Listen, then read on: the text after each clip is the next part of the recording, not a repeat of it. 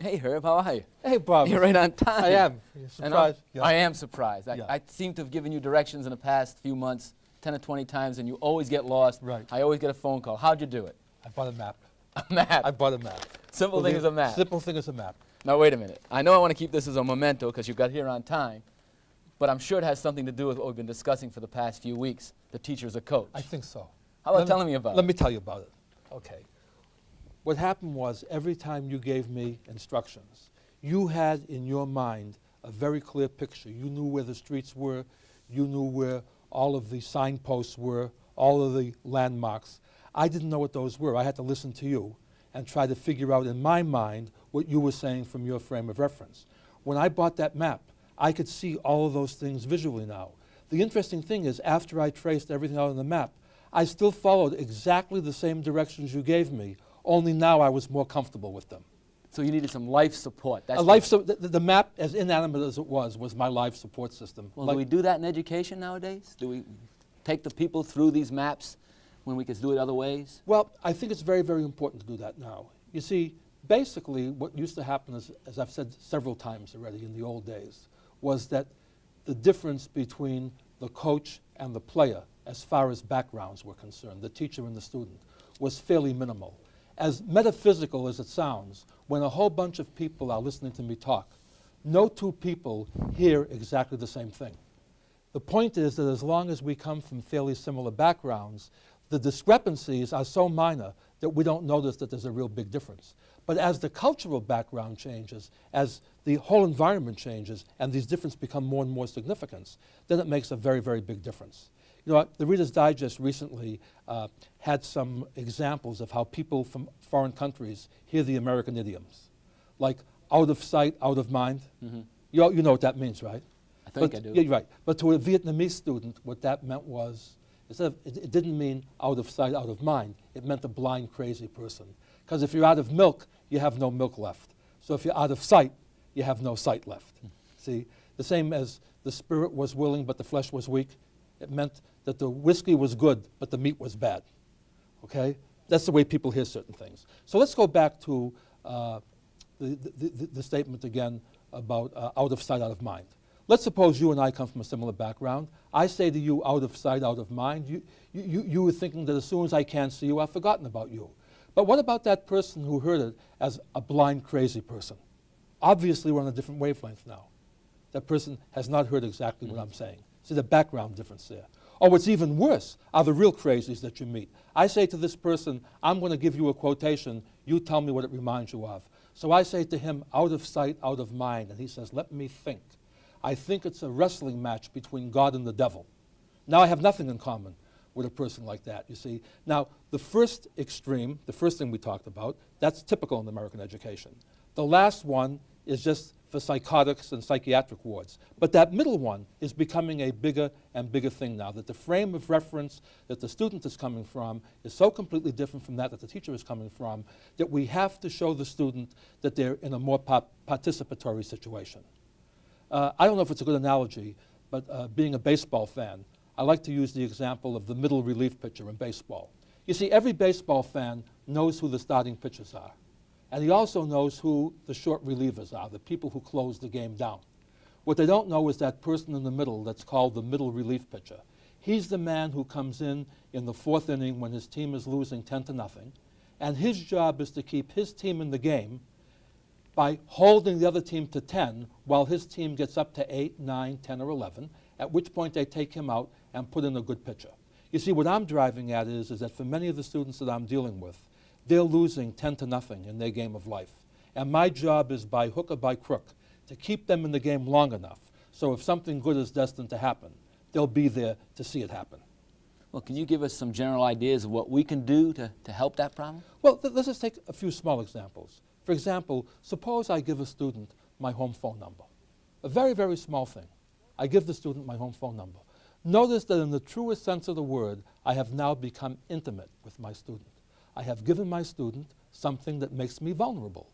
That student can call me at 3 o'clock in the morning, hang up, say obscenities. I have no way of knowing who called. I am saying to that student, it's a hands-off hugging situation. I am saying to that student, I think enough of you that I'm going to allow you to call me any hour of the day, any hour of the night, and if you feel you're in trouble, call me, I'm your friend. Very, very small thing. And I just do something like that. Well, you're an open and warm person. Perhaps some of us aren't that open or that. Sure, We might warm. sure.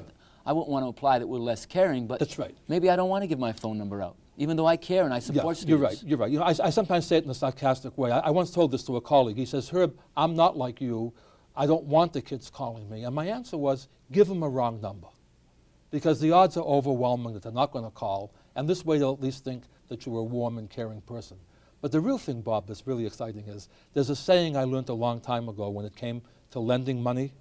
The statement simply was, never lend more money than you can safely afford to lose. You see, the idea is if Bob comes to me for money, and he asks me for a sum of money that it doesn't make any difference to me whether he pays it back or not, it's not going to change my way of life, then certainly there's no problem. There's no problem if he doesn't pay me back.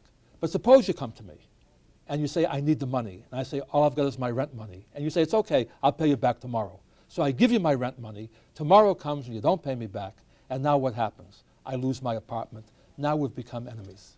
And what I'm driving at is, I think there's an analogy here that basically says, don't give more of yourself than you can safely afford to lose. Like a lot of people tell me I have a very nice sense of humor. Well, I think I do.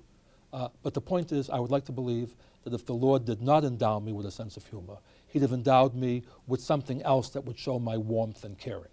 Basically, all we have to show the person is that we do care about them. You can almost become sarcastic about it, like I heard a comedian say. He said the two most important attributes a human being can have are sincerity and integrity. He says, and once you can fake those two, you've got it made. I mean, even if it's not sincere, at least let the person think that it is, because it can make a big difference. And if it bothers you about giving out your phone number, how about the reverse? How about asking the student for their phone number? Now, obviously, you're not entitled to that kind of information, but assuming that the student is willing, let's suppose that you had the student's phone number. And let's suppose, for one reason or another, the student was out of class, let's say 2 classes in a row. Now you went to the phone and you called up that student and you said, gee, I've missed you in class the last 2 days. You haven't been there. Is everything okay? Do you realize how important that person feels now? That you, the teacher, even noticed that he was out for 2 days, and even more to the point, that you cared? Now that student will come back to class and maybe talk to you.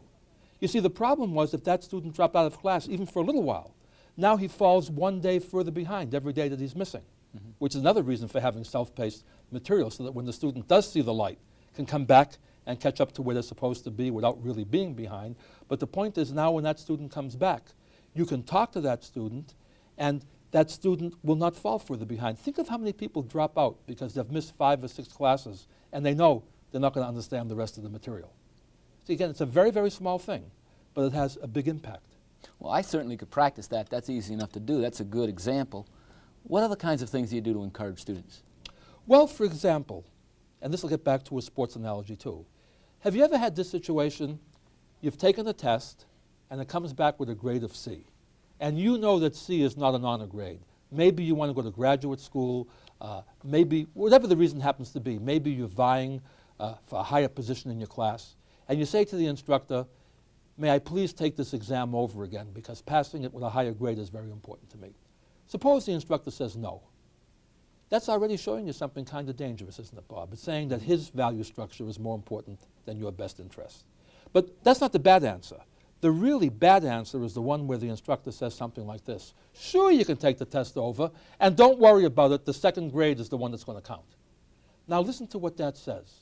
By saying that the second grade is the one that counts, I have now put an obstacle into the path of my student. That student knows that C is not a great grade, but it's sure as heck better than a D or an F. So the student says, no, I think I'll stick with the C because I might get a lower grade. My approach is I say to the student, take the test over again, and only the higher test score will count. In other words, if the student has a 70, no matter what happens, they can't have lower than the 70 if they take the test over. But if they get a 90, only the 90 counts.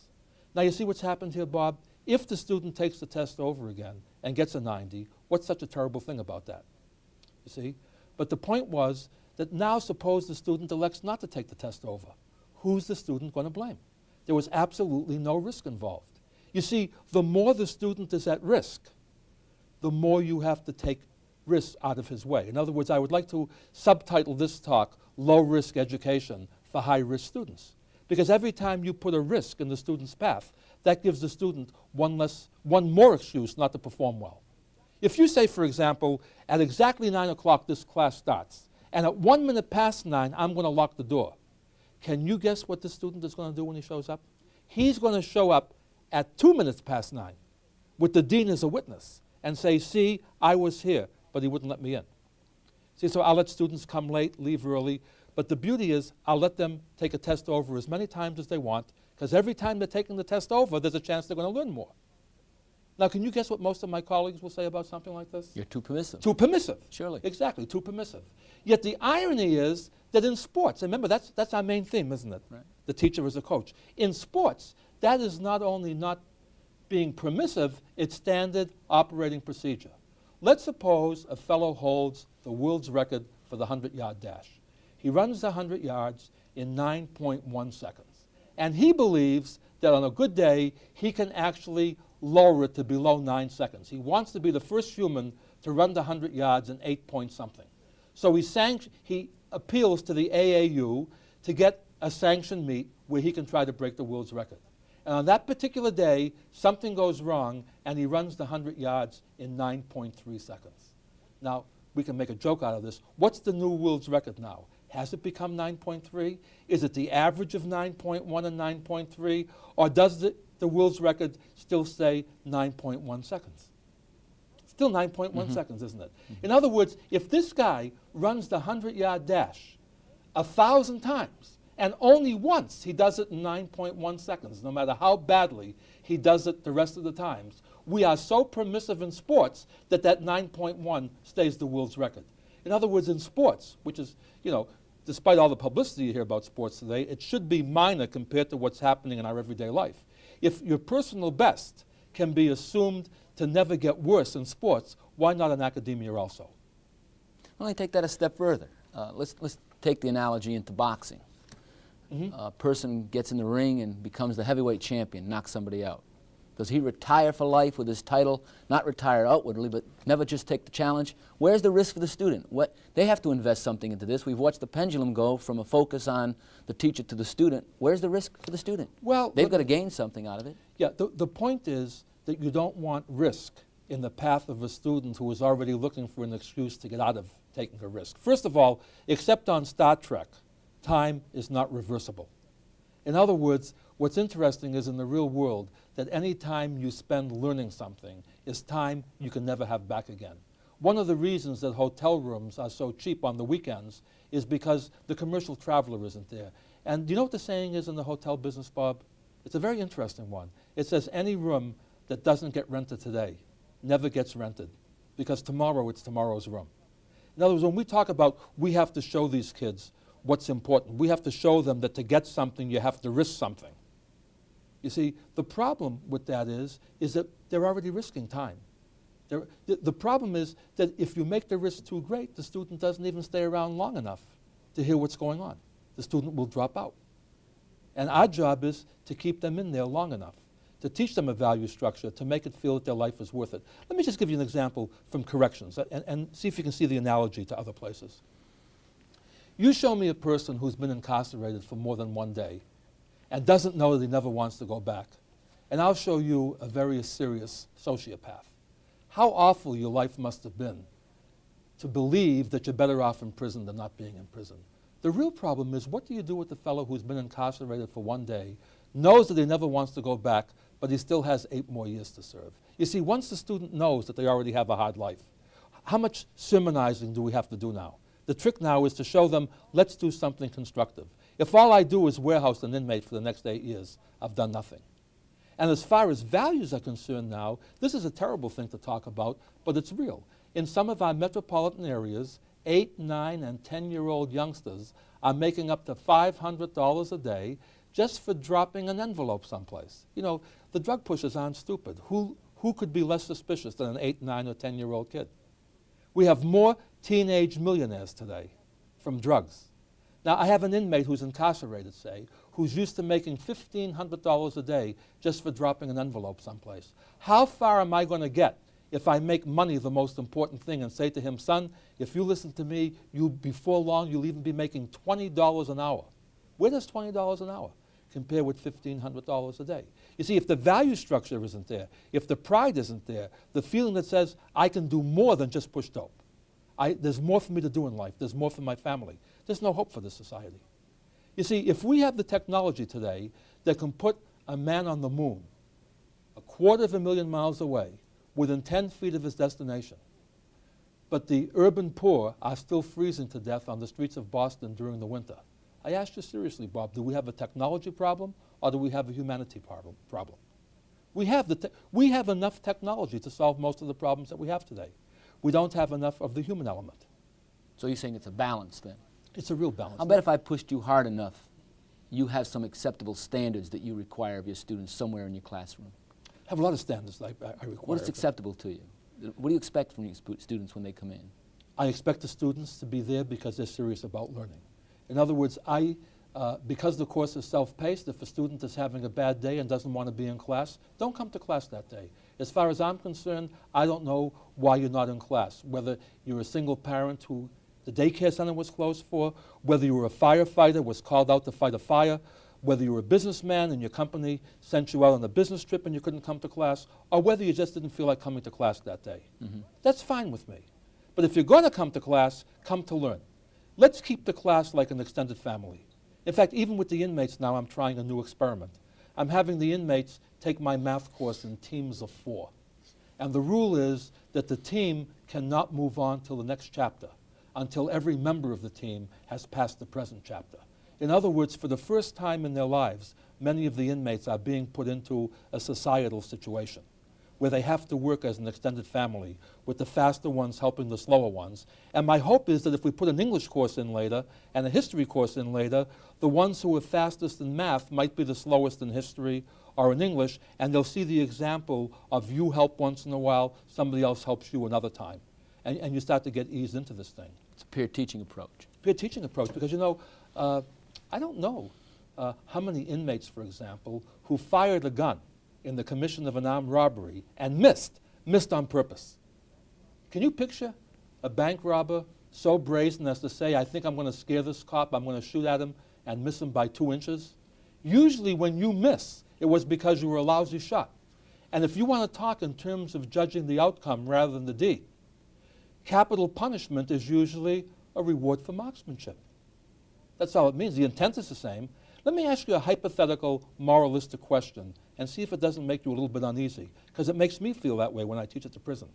If I have an inmate as one of my students, and that inmate is in jail for armed robbery, and he's fired a gun in that armed robbery, and he's missed, now I teach him competency-based English, math, history, geography, whatever, but I do nothing to change his value structure.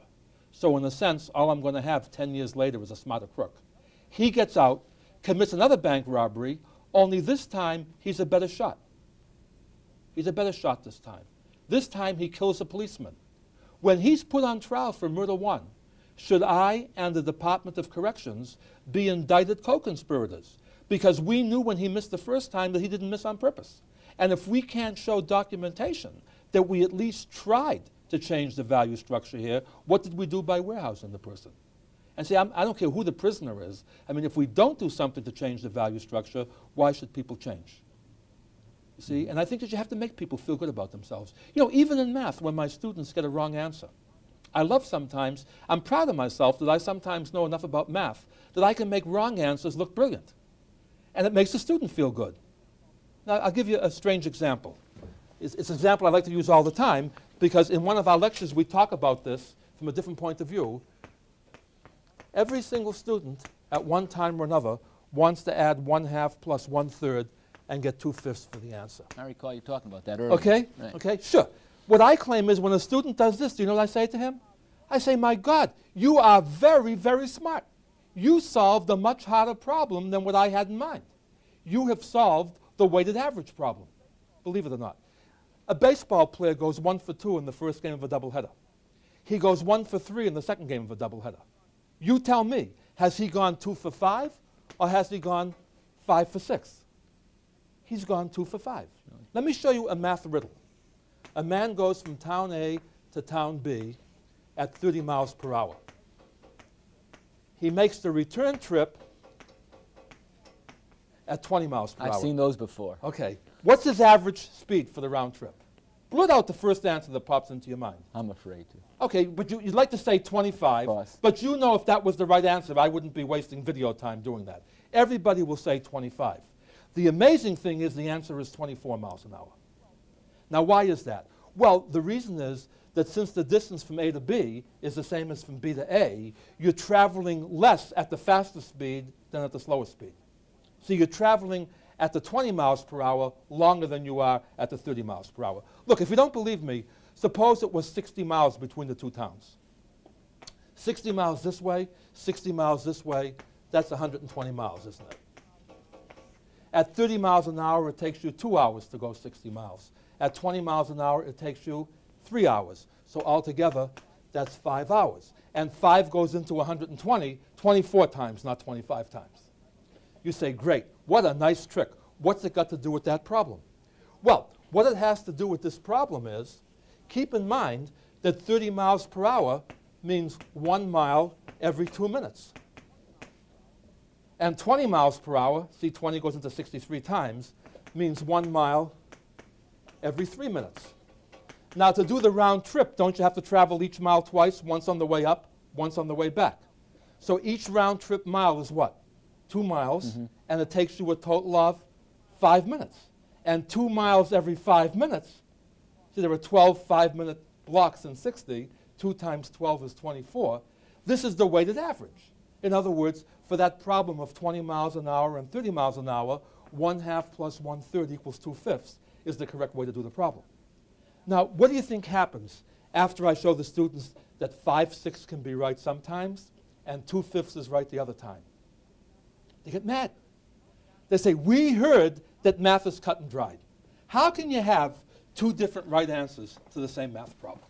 And I say to them, do you remember in the 4th grade learning things like look before you leap? Then in the same breath you learn what? He who hesitates is lost. How can both of those be right at the same time? You see, one of the most exciting things about mathematics isn't the multiplication tables. Hell, the computer does that. See, if I see a kid who's in the 2nd grade and I say, quick son, how much is 3 times 9? And he says 27. Now I say to him, quick son, at $3 each, how much will 9 ballpoint pens cost? And he says to me, I don't do word problems. Does he really know how much 3 times 9 is? See, I want a person to see when you say he who hesitates is lost and look before you leap, they can't both be right at the same time. But which one is right depends on your value judgment. Isn't this what critical thinking is all about? To decide in a given situation? Yeah, but I hate to be a pragmatist. I'll bet you weren't trained to be a therapist. You were trained to be a math teacher. That's right. What are we going to be, therapists, counselors, or are we going to be teachers? The answer is yes. Yes. Yes. We're going to be both. I didn't want it to be yes. I wanted it to be one or the other. That's right. But see, it's he who hesitates is lost, and look before you leap. The point is that when human values and content are taught side by side, each emerges more powerfully than if it had been taught to the exclusion of the other. And the reason, as we talk about the teacher as a coach, that we have to keep emphasizing the teacher as a player also, is that it takes the mastery of the subject matter to be able to feel comfortable enough with your material so that you can show the students where it leads to this way. So including math can have 2 answers to every problem. You're saying a teacher can be 2 different things. Sure. Or 3 different things. Sure. It's like when I got married. We had 200 people at our wedding. My wife invites her side of the family, then she says, Herb, who do you want, your mother or your father? I mean, you can have both. You can have both. What was the answer? I'm not even going to tell you. I'm not even going to tell you, but it's just a joke. Okay. It's not really a joke, but anyway, you understand what I'm saying? Absolutely. Sure. Absolutely. You can be both. Is it harder to be both? Sure, it's harder to be both. That's why we don't make that effort. You know, when Karl Marx said that religion was the opiate of the masses, he blew it. He should have said rationalization was the opiate of the masses, and to too many people, religion was a form of rationalization. You see, if people don't want to work on the prison program, they feel badly if they're neglecting people in need. So what do they say? There's an entrance exam to get into prison. I'm not going to help those guys, I'm going to help the victims, as if to imply that you can't help both. When kids are slow learners, we say things like, heck, if they don't want to do the homework, that's their problem. I'm not here to babysit them, I'm here to teach them the stuff. And basically we get off the hook that way. as soon as we recognize that we are our brother's keeper, as soon as we recognize that maybe the greatest thing we do for our fellow human being is to make that journey from birth to death a little bit more pleasant by having been there than not having been there, then maybe we're starting to get at the core of the thing. Well, that, we hear that preached to us continually since we're children in the church. Is that very practical? Will we turn hundreds of thousands of helpers, teachers, educators into understanding that message that you want to get across? I think so. I think so. And the other thing that's amazing is that, if you double 2 20 times, the result is already bigger than a million. 2, 4, 8, 16, 32, 64, 128, 256. You know I could do this. 512, 1,024. 10 twos is over 1,000. A million is 1,000 thousands.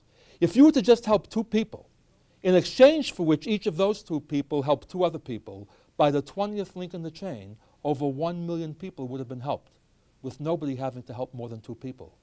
Do you know how big a million is? Let me give you an example. If you started counting days on the day that Christ was born, in what year would the millionth day since his birth have taken place? That's tough. We don't teach that in school. See, we don't teach math like a love story. Kids would get impressed by that. Do you know when the millionth day was since the birth of Jesus? It hasn't happened yet. And it won't happen until the 26th century. See, at 200, if this was the year 2000 and there were 400 days in the year, 2,000 times 400 is only 800,000. But don't expect change to come that fast. When I clap my hands like this, your life didn't change by much. But in 20 years, your life is going to change a lot. If I kept going like this for 20 years, your life is changing a lot, even though it doesn't change at all every time I clap my hands. And that's the way knowledge happens. These big changes are not going to take place all at once. They're going to be so gradual that you won't even notice it. Well, that's really good food for thought. We're running out of time for conversation. The essence of what I'm hearing is that we should provide life support, family gathering support kind of stuff to our students. And that if we make the material relevant and we watch the delivery system so that it becomes able to reach many people, we'll do things that perhaps haven't been done in education before. I believe so. I believe so. Well, again, those are very thought-provoking words. I appreciated the time to spend with you today on hearing them, and I hope our colleagues who watch this tape will feel the same way I do, and perhaps get some of the energy that you have in your body and the dedication you have toward your profession. Right. But you understand that this is just the tip of the iceberg. There's 37 years of emotion that I'm trying to get into these half-hour segments that we're talking. And hopefully all this can do is whet somebody's appetite. Well, I'm convinced you did that. Thank you, Bob. And thank you so much.